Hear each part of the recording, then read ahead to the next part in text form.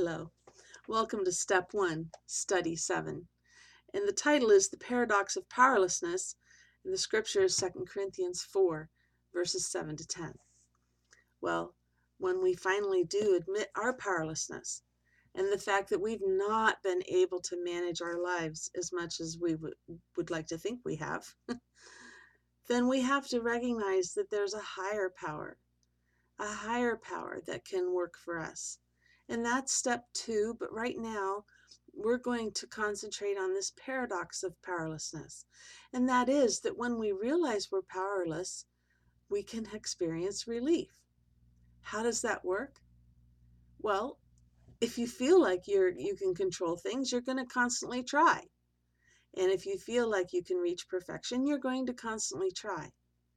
When you recognize that you are powerless and that other things, including your habitual sins or addictions or anything else, actually control you, then you can relax and you can say, okay, I'm going to live a daily life that's normal. I'm going to be human. I'm going to struggle, and I'm still going to find out that the highest power is watching over me. Let me read this portion of Saul's, whose name was changed to Paul.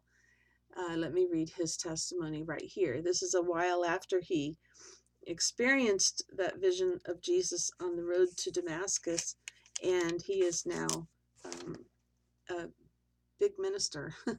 He's quite involved in spreading the gospel.